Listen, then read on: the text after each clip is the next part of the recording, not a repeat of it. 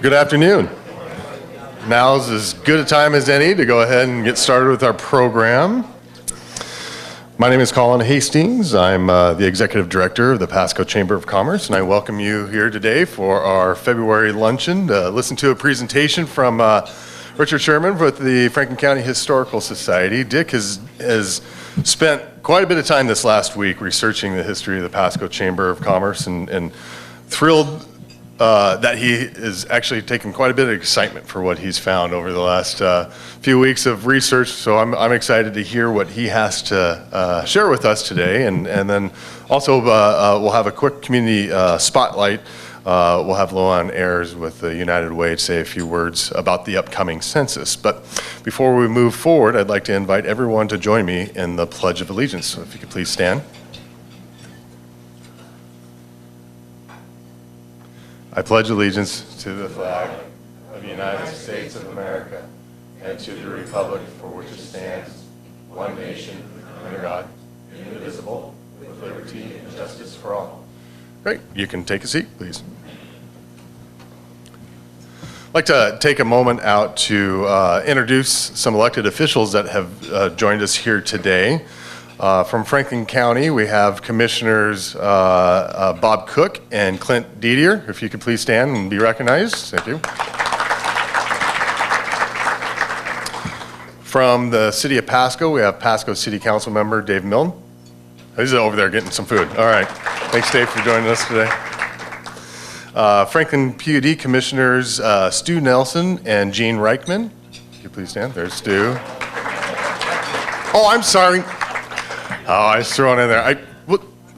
We'll address, yeah, exactly. It's a good memory. Anyway, sorry, Gene was the executive director of the PUD, so, oh boy, I guess that shows my age a little bit more. It's starting to creep up on me somewhat.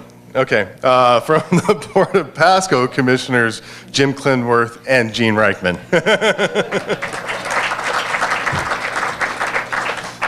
Also want to take a moment and introduce a lot of the Pasco Chamber Board, past board presidents have joined us here today. So I'd like to list their names, and if we can hold our applause afterwards, but if you could, when I call your name, remain standing. But some of the past presidents that are joining us here today are Ryan Brault, Fred Ackerman, Tara Wiswall, Spence Gillette. Oh, Vic Vanderscore is here. I thought I saw him come in. Monica Van Hollenbeck, Simplot.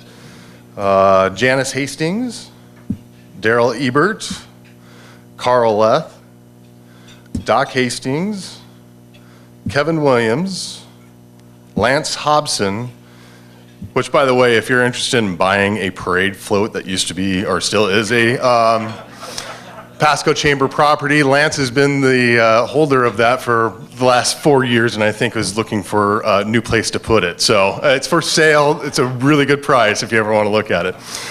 And then finally, last but not least, Ed Ray, the godfather of the Pasco Chamber. Please, let's welcome them and thank them for showing up.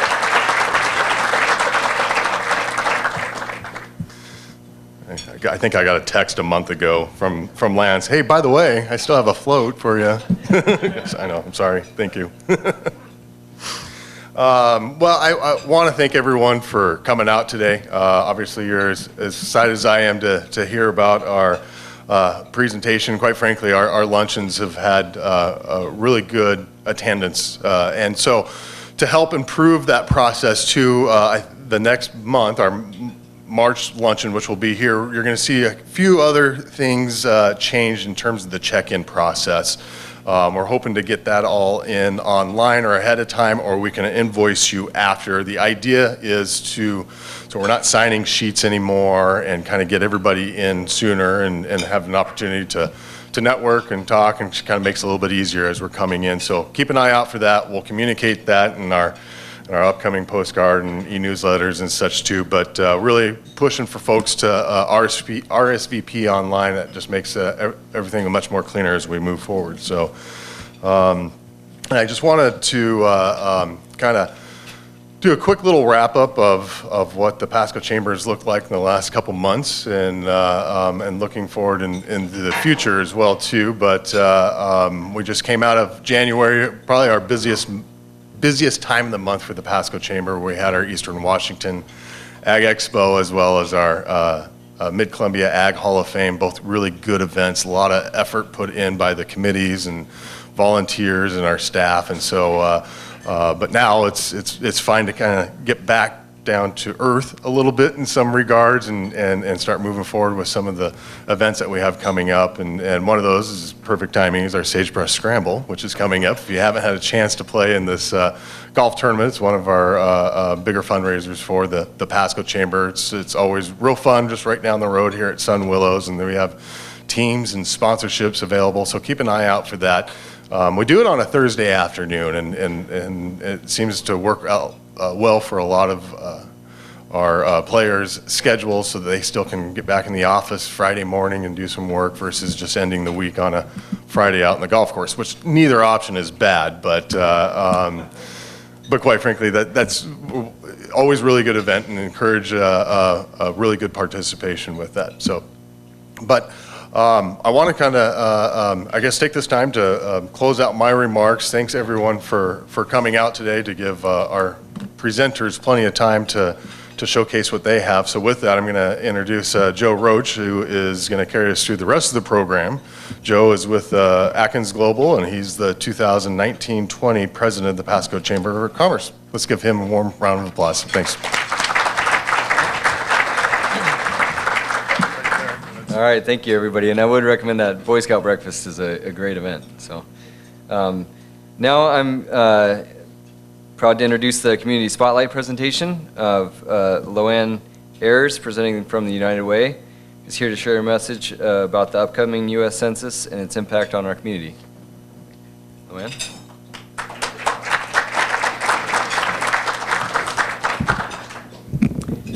So have we got a deal for you? Where else can you spend 10 minutes that are worth $23,000 than answering the census? You know, in the 2010 census, Benton County was underrepresented by 26.4% and Franklin County by 31%. So for the last decade, our region has been getting less than its fair share of funds to address some of the challenges we have as a growing community, like kindergarten readiness, help for persons with special needs, things like free and reduced lunch at schools, but things as important as roads and bridges. So you have an opportunity starting March 12th. So mark your calendar, March 12th. On your tables is some information, so if you could pick this up, because I want you to turn it to the side with the bridges. So this is participation. You all should have some of these. If you don't, I'm confident there's somebody who will share. The side with the bridges. And it lists some of the major federal programs that are driven by our census count. So again, for the last decade, we've been getting less than our fair share of dollars for these kinds of programs that are really vital to the growth of our community. But you can change that starting March 12th when you respond to the census. There's some changes in our society as well as how the census is being taken. If you think about the last decade, what has changed? We as a community are much more diverse than we were 10 years ago. It means people who English is not their native language. That presents a potential barrier to answering the census. We have more refugees and immigrants here than we did 10 years ago. As a society, we have more distrust in government systems. We have more concerns about information security than we ever did before. And all of those things really are affecting our likeliness to answer the census. In fact, right now, we are estimated to be underrepresented by at least 40% in the upcoming census. So that's where your advocacy, you're becoming really someone who can knowledgeably talk to people about why is the census important? Well, if you look at that list, it's your vision test for lunch. There is likely a program there that affects your employees or your future employees, your customers, and certainly your businesses. Particularly think about roads and bridges, and after the passage of the gas tax initiative, we need those federal dollars now more than ever before to address some of our growth challenges and even maintenance challenges with safe infrastructure and utilities. But things like public transportation, support for low-income housing, for food, for families who are struggling. All of those affect our quality of life and the future of our community and are influenced by answering the census. If you turn over to the other side, it gives you a little bit more information about, so if you don't answer, what kind of difference that'll make. So let's do the math. 300,000 people in Benton Franklin counties, 40% undercounted, $2,300 per person missed for those who don't answer. That's real money that we will still need. We will have those challenges in our community, but we won't have access to funds. Now, in respect to the elected officials in the room, of course, our census count also affects representation, which influences policy.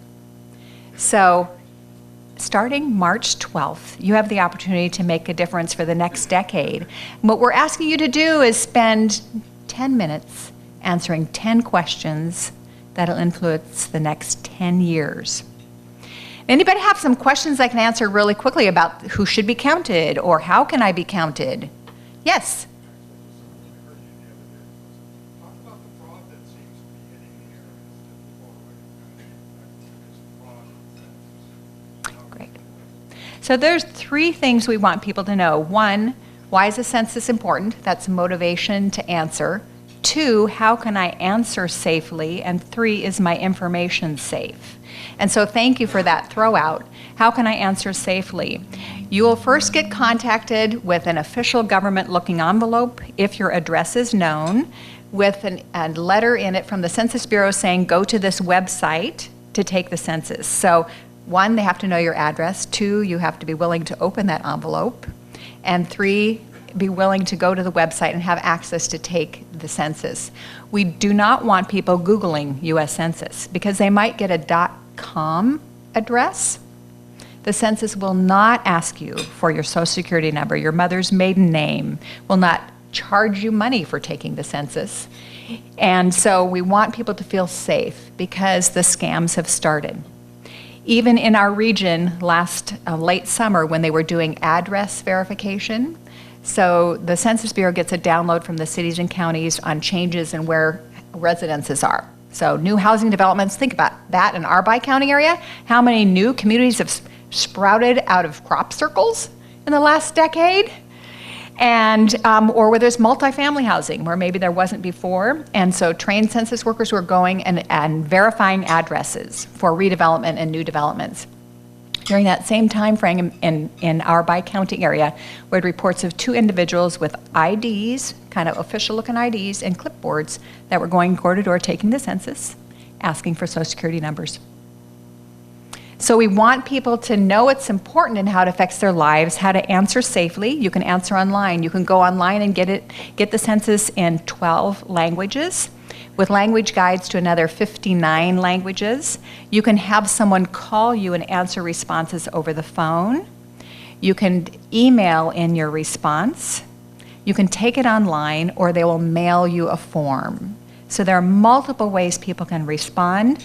The second notification will likely be a postcard that you will get. If you don't respond again, you'll probably get a form in the mail, again, a census questionnaire. In the 2010 census, in areas that responded primarily in Spanish, in 2010, those will go out in bilingual form. But think about how much our community has grown, and there are whole areas where there are densities of families who don't speak English who will still get it in the English form. So we are really fortunate at United Way, like many organizations. We had not budgeted funds for census work, but and our community is a little behind Spokane, Yakima, like 18 months to 2 years behind, but we are on it. And our United Way applied for a grant and a state contract, so we've, in the last week, hired 11 part-time census educators using those funds to go out and work with special communities. We have Ukrainian, Russian, Arabic, Somali, Karen, and Spanish language census educators that are really going out to work in the Bi-County area. If you would like information for your employee newsletter, so that your employees can recognize why is this important and why should I answer, or would like a presentation to your service club or faith-based group, it's really us talking to each other that will make a difference. During a presidential election year, PSAs are going to be noise. And again, because of distrust in governments that so many people have, it's really employers talking to employees, priests and pastors talking to their parishioners, family members talking to each other. This is why the census makes a difference in our community for 10 years. So if you'd like information, there is a website. It is so new that it's not on your brochure. And it is bfcensus2020.org. So you can download, there's a whole resource there. You can download information for your employee newsletter or your e-newsletter. You can request signs to put up in your business in multiple languages. You can request presentations, bfcensus2020.org.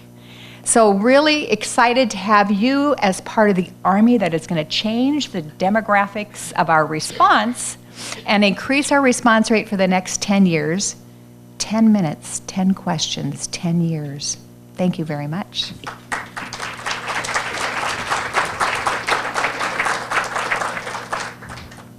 Thank you, Luann. Now I'd like to introduce our keynote presentation. Richard Scheuerman from the Franklin County Historical Society. Richard served for 25 years as a teacher and administrator in Washington Public Schools and as foundation and nonprofit board member for organizations promoting indigenous adoption and orphan care in Europe and Asia. He and his wife are natives of the Endicott, Washington area and are parents of 3 children. After coming to SPU in 2004, Dr. Scheuerman chaired the Master of Arts in Teaching program for 7 years, and his teaching and research focuses on comparative educational systems with special emphasis on Russian and Eastern Europe, and on environmental sustainability education involving perspectives from Northwest Native Americans and U.S. and Canadian Anabaptist groups. Dick and Alex McGregor and John Clement collaborated on the book Palouse County, A Land and Its People, and Dick has authored other books in his career. Dick started as the director of the museum in spring of 2018, and please give a warm welcome to Dr. Scheuerman.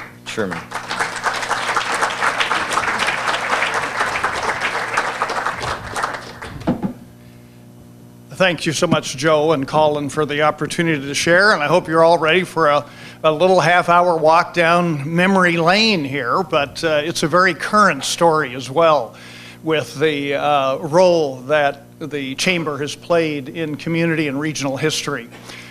So grateful for the opportunity to talk. It's a lot to package into a few minutes. And so happy that our Assistant Director, Jennifer Nunn here, just introduced herself. She's going to throw a brick or baked potato at me at the 25-minute mark, in case you got a question or two. And I'm also happy to share with you that we have some present and past board members in the audience that have served faithfully for the Museum and Historical Society. So a big thank you to Kim Neff, immediate past president. Ann Hayden Ray is here, longtime board member. Sarah Hischelin, thank you. And others as well, who I know have helped us out in many ways through the years. So we're going to kind of dive right into this because there's lots to share. I brought a prop here. I'm an old teacher guy, so I'm a believer in show and tell all the time. Show and tell and dot to dot. Everybody likes to do that, even if you don't admit it. My chief claim to fame really is having known Nate Seiler when he was a junior high kid, because I was his principal. How do you like that? And I'm here to tell you he was just as much of a gentleman then as what he is now. I could tell you for more things about him too, but they're all flattering, and great to have Nathan bring me back to memory time. As Joe shared, my wife and our kids have kind of clustered here, and so we moved back permanently, really, about 3 years ago. But I consider myself part of the 50th anniversary team because I started dating my wife Lois in the late 1960s. And her brother-in-law, many of you might have known, Dan Morash, was senior surveyor for the Columbia Basin Project, and he was based here. So I started with Lois making regular trips to Pasco since the late 1960s and have had fun watching the transformation take place. He was on Road 68 when it was really a road. I couldn't have put this together without Ed Ray, Dorothy Shepik, Bruce LePage, Colin Hastings. All of them shared very liberal with their experience and resources. Kevin, I can't wait to take a look at the scrapbook. We have a lot of files on the organization at the museum, and this past week was really interesting for me to take a look and see how you can look through the lens of the Pasco Chamber of Commerce and you can see the exciting history not only of a community but an entire region. I wanted to break our time down. A lot of names here and beyond could be included, but this isn't meant to be a roster of names, but to focus in on events as well as certainly key individuals with a few opening slides to show you why Pasco really stands apart from many communities in the inland Northwest of a place of remarkable significance, and then talk about why that led to the formation first of the Pasco Commercial Club of 1904 and its successor, the Pasco Chamber of Commerce in 1912. Then walk through some really important developments in the 20th century when basically the Tri-City region was really put on the map, not just regionally, but nationally, and you might say globally for reasons some of you know and you'll see touched on here. And then finally, some things ahead. By the way, this image comes from a 1905 newspaper article in the Pasco paper, and you can see already then there was the sense that the Tri-City region as a Three Rivers confluence was something special. It goes actually beyond just the region. You can see there how the Transcontinental Railroad comes down at that time. It had been there for about 25 years by then. But historians and researchers worldwide have an old saying that geography is the matrix of history. And that can no more be true than for Pasco and the Tri-Cities. Geography is the matrix of history. There's a lot of places around the Northwest that have great stories to tell. And hey, many people have come in the last half century here from other places. But what is so special about this? You can see in the little pink triangle there that Pasco and the Tri-Cities is more than just the heart of a confluence area. It is dead center heart of the Great Columbia Plain of the inland Pacific Northwest. So this has huge economic implications. And by the way, this was seen very early on in the 19th century. Our first territorial governor, Isaac Stevens, was talking about Pacific Rim trade before that became a popular term here in the last 20 or 30 years. He knew the importance of places like what would become the Tri-Cities. There were a couple Indian villages here at the time he came in 1853, but you'll see his maps made specific and significant note of the position of this area. So once again, the Tri-Cities as really a key place that will then be capitalized on by forward thinkers who were people that had a grand vision for what our area would become. I love this slide, and of course, as you can see, this is not an authentic piece because this goes back to 1825. This is Sir George Simpson with the Hudson's Bay Company. By the way, the Hudson's Bay Company is the oldest continuing company in the world. It was chartered in the 17th century and continues to this day. And we're just a stone's throw from where their first post was here in the inland Northwest, just across the Snake River. Pretty much all of you, I think, know where Wallula is. Just north of there was the original Fort Walla Walla. It was not at the city of Walla Walla. It was in that area. This is a artist's rendition of his first trip to the air. He made two circumnavigations of the globe in the 1820s. Pretty impressive today, let alone in the 1820s. And you can't see it there, so well, I'll grab here. But in that canoe, you can tell which one is Sir George here, okay? He's the guy with the top hat. And behind him in the canoe is a keg of grain.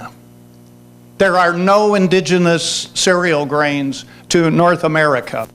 And he came out here with a message to the fur traders. And his message was, that's a long way for us to send you guys lunch and dinner all the time. It's time for you to start raising your own crops.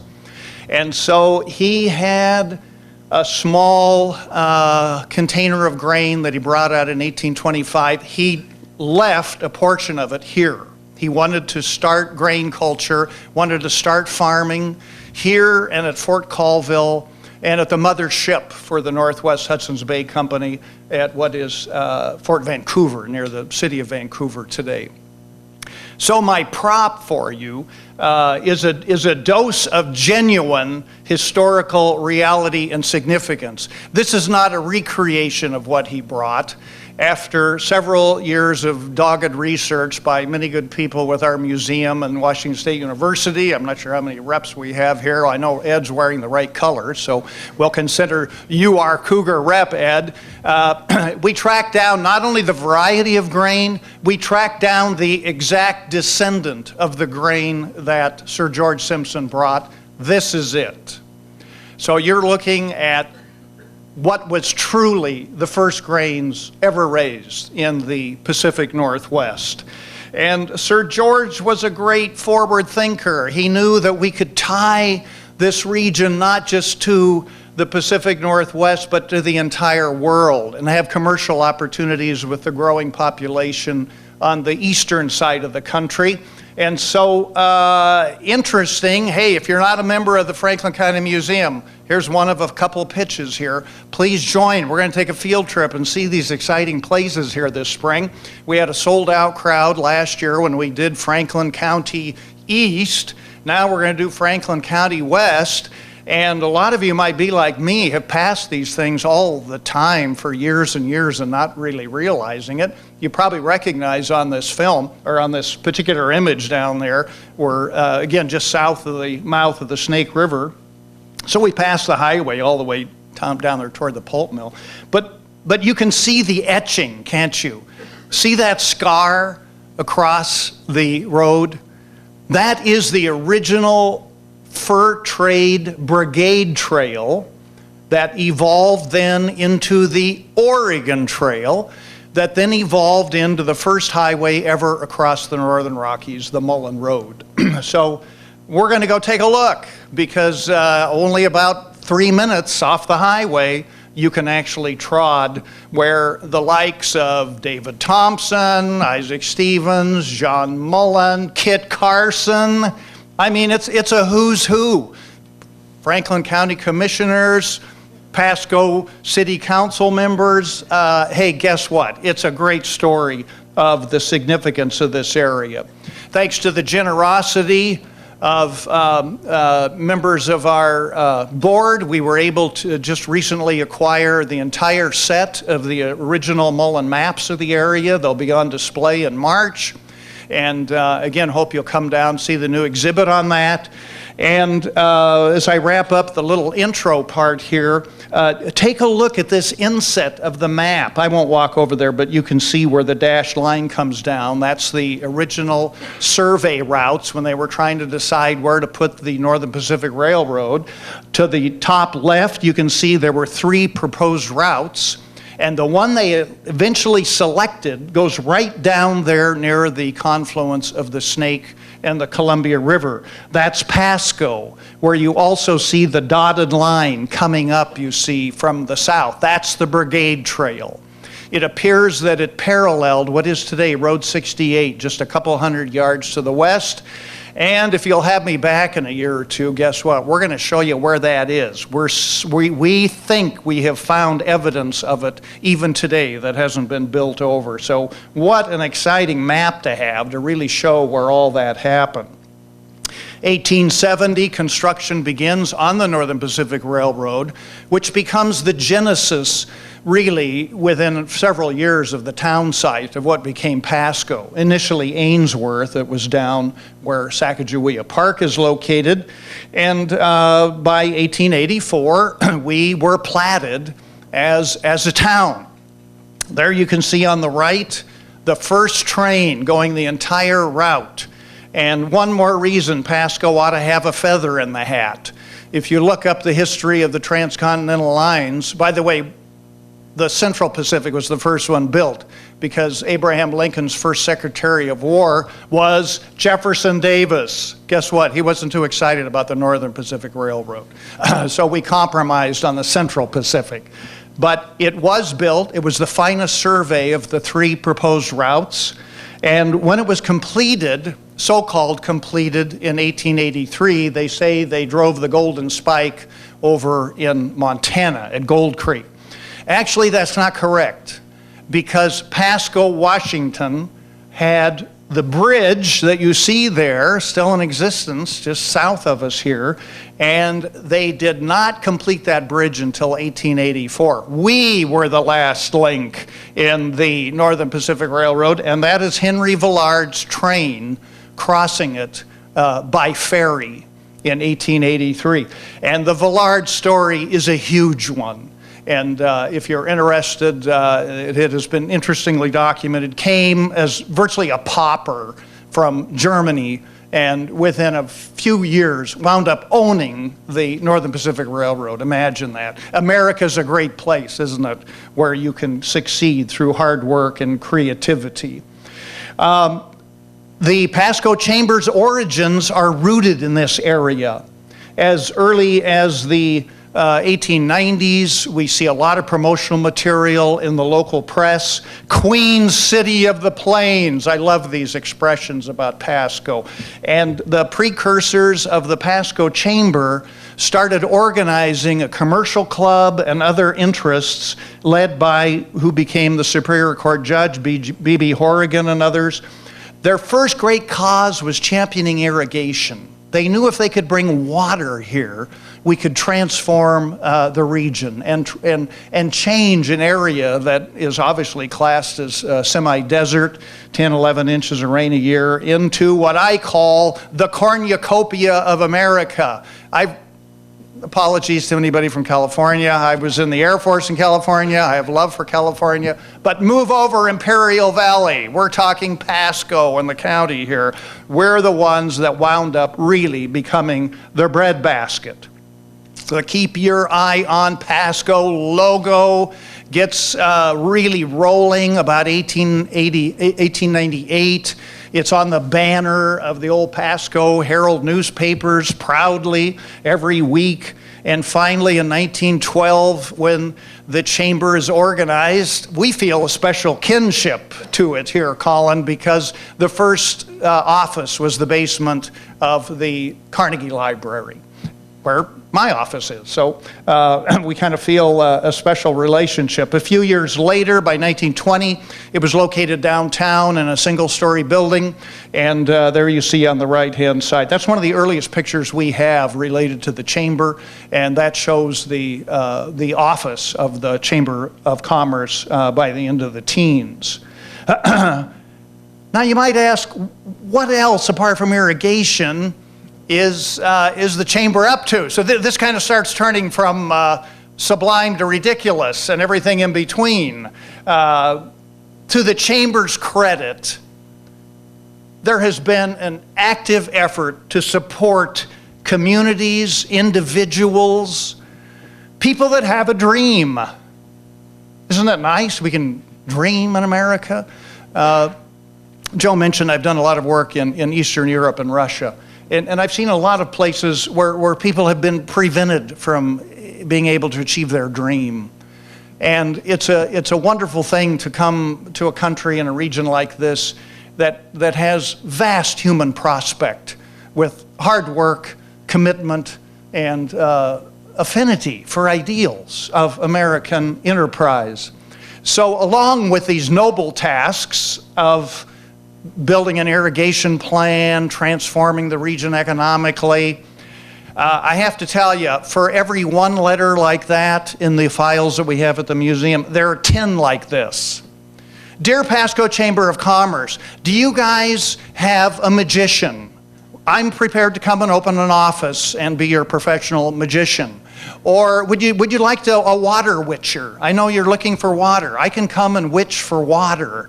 I mean, there's just mountains of this stuff. And here we have the Honorable Mr. Miller, who's from the other side of the state, who wants to know if we have a band here. Now, not only is it impressive that we got all kinds of people 100 years ago wanting to move to Pasco, but we got dedicated public servants like Colin Hastings that answer all these letters. And there are dozens of them. And whether or not we wound up with a water witcher, I'm not really sure, but I can tell you this. We wound up with the boys' band. Hey, they came over. And thanks to the Pasco Chamber of Commerce, move over Robert Preston and River City Music Man Boys Band. The Pasco Chamber champions these causes when they see an opportunity to connect with somebody who wants to promote a good idea. And so we see many of these developments coming to pass. By the 1920s, we're expanding the transportation network, which is key to trade, not just regional trade, trade east-west, continental, and as I said, ultimately to Asia and to Europe. The Pasco Chamber, and I'm so grateful for Ed and others helping me understand this history, was instrumental in lobbying for the Pasco-Kennewick Bridge, which wasn't just to facilitate travel in our area. This became the critical link between Mexico and Canada. So there was great significance to the construction of that bridge in 1922. And by the way, you can just see how happy everybody was when they opened it down there, because that's the lineup getting ready to go across on Inauguration Day. And by the way, that is a small portion of the lineup. We have other photos that show you just, I mean, they were like jammed from here to the Canadian line. Everybody's so thrilled to be able to go over the bridge.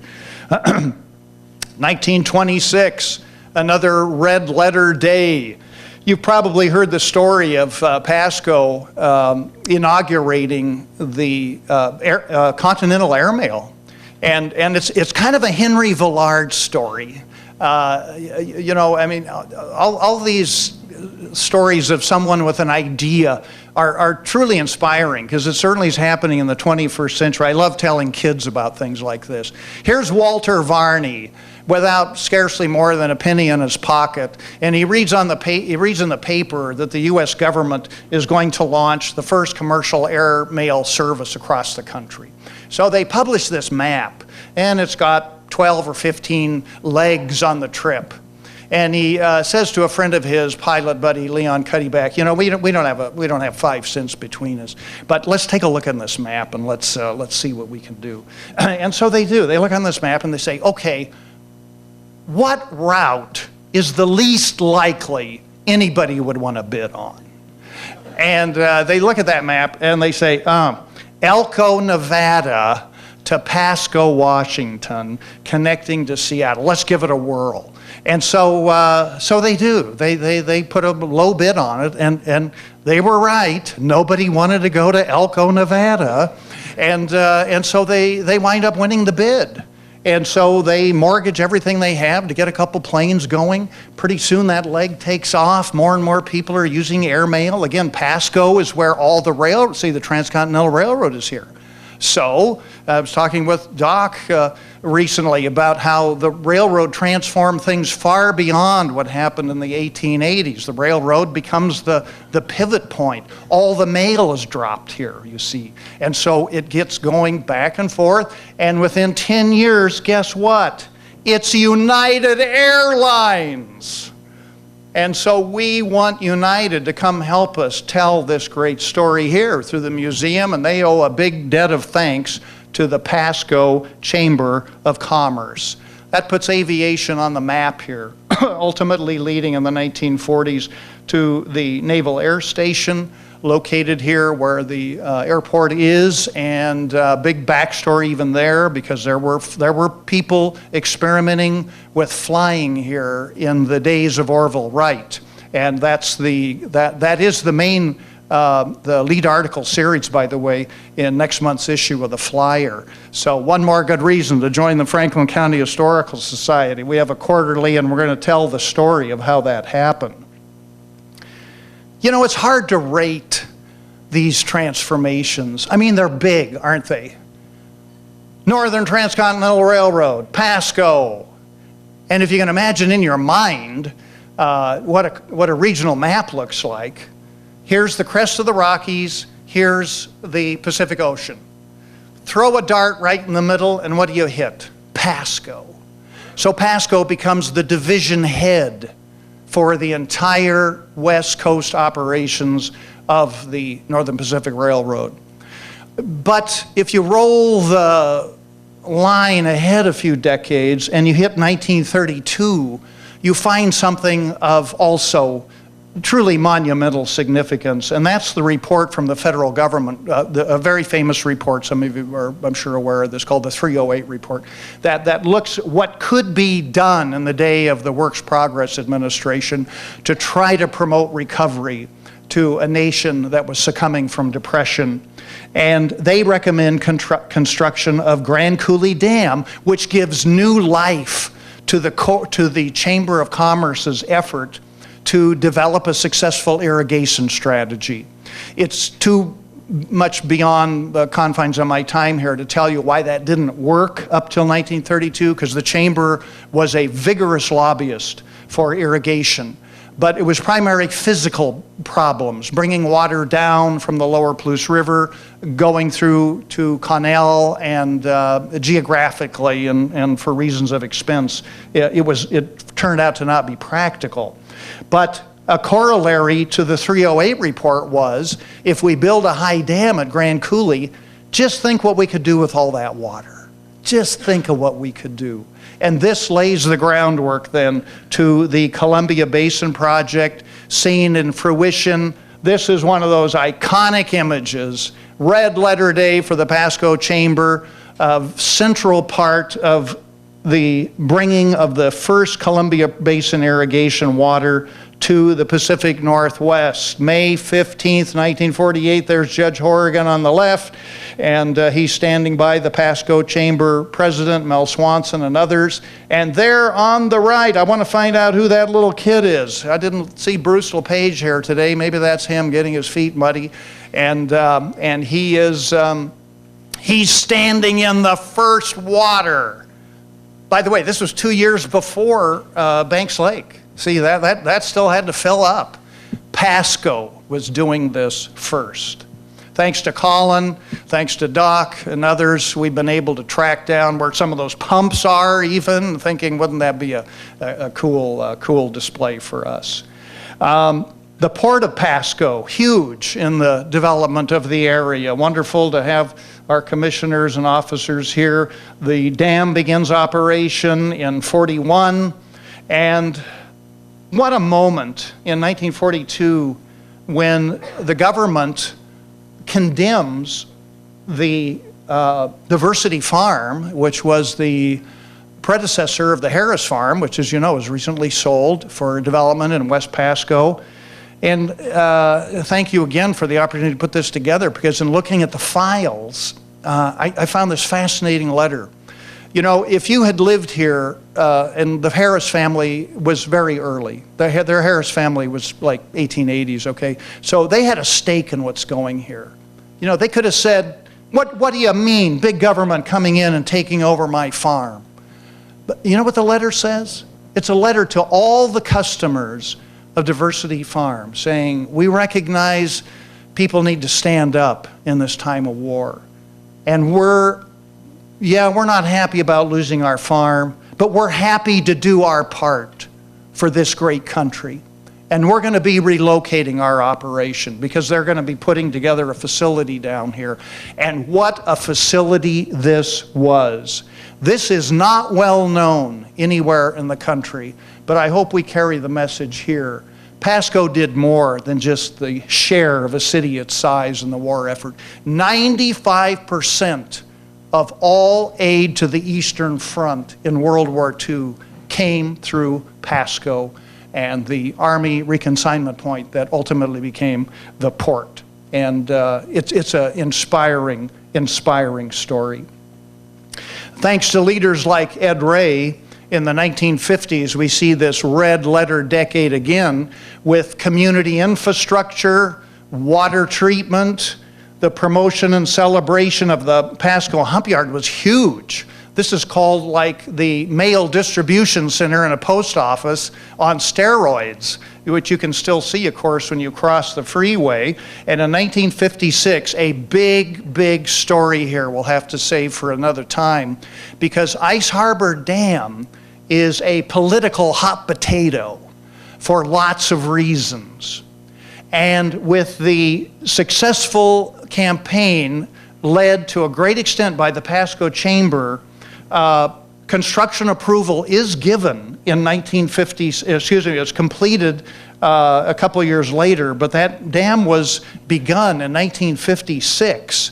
Ed was there with Vice President Lyndon Johnson. Some of you in the audience were likely there. And this then sets into motion a whole series of events related to navigation and economic development. Thanks to Ed, we launched the Tourist and Convention Bureau here. The port acquires the Naval Air Station, and it's a red letter day too, and we adopt the city manager model for the governance of the city, which becomes a very innovative approach that's replicated, by the way, in many parts of the United States. Transportation development continues. Peanuts Park, city beautification, that incredible cable bridge that's one of the great architectural wonders of the world. And by the way, there we go, the American Empress that's not only, we're proud to say, makes regular stops at the Franklin County Museum. Effective this year, they are upping their number of stops because they love Pasco. I think it's a great idea, don't you? We're looking ahead. The 21st century is full of exciting things thanks to your dedication to the Chamber of Commerce. The Mid-Columbia Ag Hall of Fame was launched 2 decades ago. It's an absolute stellar achievement that we can showcase not just what's happening here in Franklin County, but it has the broader context of the Mid-Columbia. All joking aside with our friends in California and the Imperial Valley, Pasco's food processing network generates over $500 million in revenue annually. When you combine that with over $1 billion in crop produced in this county, it's a mammoth accomplishment and economic engine that floats all boats. And I'm thrilled that the Mid-Columbia Ag Hall of Fame has been such an incredible way to showcase to the region and world how important this area is. We don't have room to tell all the story. So in conclusion, let me share with you that we have a proposal together with a great group of dedicated campaign captains to build the annex building to the museum that you see on the right. And our goal is $600,000. We're about 2/3 of the way there. And we have some brochures on the table here as you leave. And whether all you can do is get a $100 brick in your name, I'm tickled pink. But if you can join the Franklin Circle at $50,000, I'd even be happier. And everything in between. So please take a look. We need your help. Now, tongue in cheek, no, I'm not going to knock on your door and say, hey, can we borrow your spare basement or garage? But many of you know directly, we have stuff all over this city. We're the best friends in the world with the Pasco City SWAT team.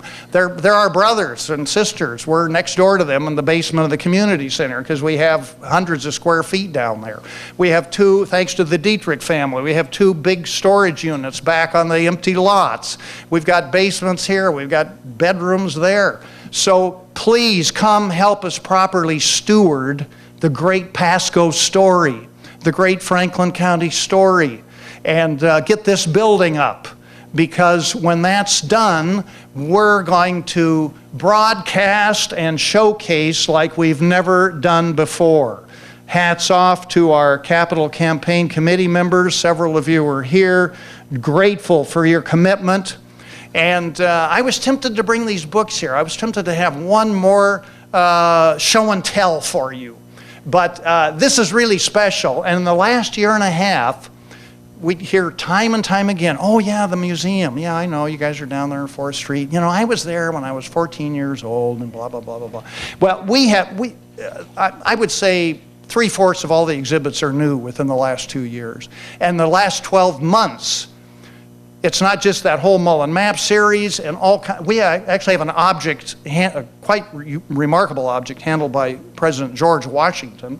But look what we just got, the Benjamin Franklin Mini Library, the namesake of our county. So I did not bring it, not because I didn't want to show it to you, but it is kind of delicate.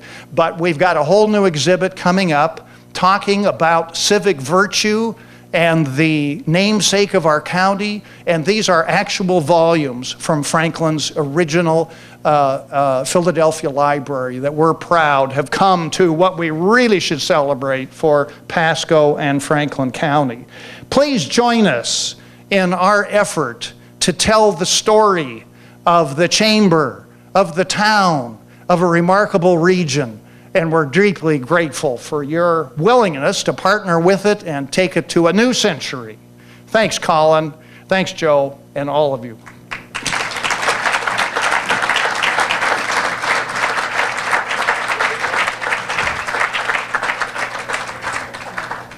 Thank you very much. Very inspirational story.